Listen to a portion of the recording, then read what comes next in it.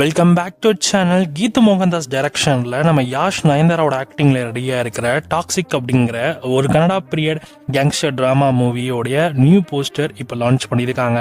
நயன்தாராக்கான ஒரு special poster இப்போ launch பண்ணியிருக்காங்க. போஸ்டர் பார்க்க செம்மையாக இருக்குது. ஸோ குறிப்பாக நயன்தாரா இந்த படத்தில் வந்து செம்ம ஃபேண்டஸியான ஒரு கேரக்டரில் வருவாங்க போல்.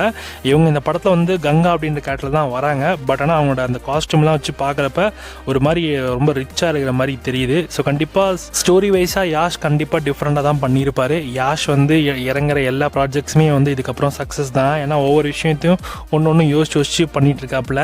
இந்த டாக்ஸிக் படம் என்ன மாதிரியான கான்செப்டில் வரும்னு சொல்லிட்டு இன்னுமே நம்மளால் கெஸ் பண்ண முடியல. வெறும் டீசர் மட்டும் வச்சு பார்க்குறப்ப நல்லா கொஞ்சம் ஒரு மாதிரி 18+ போகிற மாதிரி தெரியுது. பட் ஆனால் ஸ்டோரி என்னவாக இருக்கும் அப்படின்றது நம்ம பொறுத்து வந்து பார்க்குற மாதிரி தான் இருக்கும்.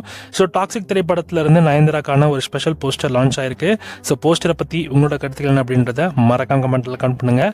கவர்ச்சியாக நடிக்க மாட்டேன்னுலாம் வேறு பில்டப் கொடுத்தாங்க. ஆனால் இப்போ டாக்ஸிக் படத்தில் நயன்தாரா கொஞ்சம் லைட்டாக கவர்ச்சியாக இருக்கிற மாதிரி தெரியுது. ஸோ உங்களுக்கு என்ன தோணுது அப்படின்றத மறக்காம கமெண்ட்டில் கமெண்ட் பண்ணுங்கள். அண்ட் படத்தில் யுமா கிருஷ்ணி ஒரு முக்கியமான ஒரு நடிக்கிறாங்க.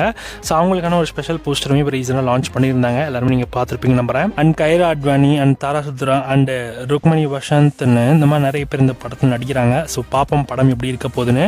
படம் நமக்கு தமிழ் டப்பிங்கோடு தான் வருது. So stay tune.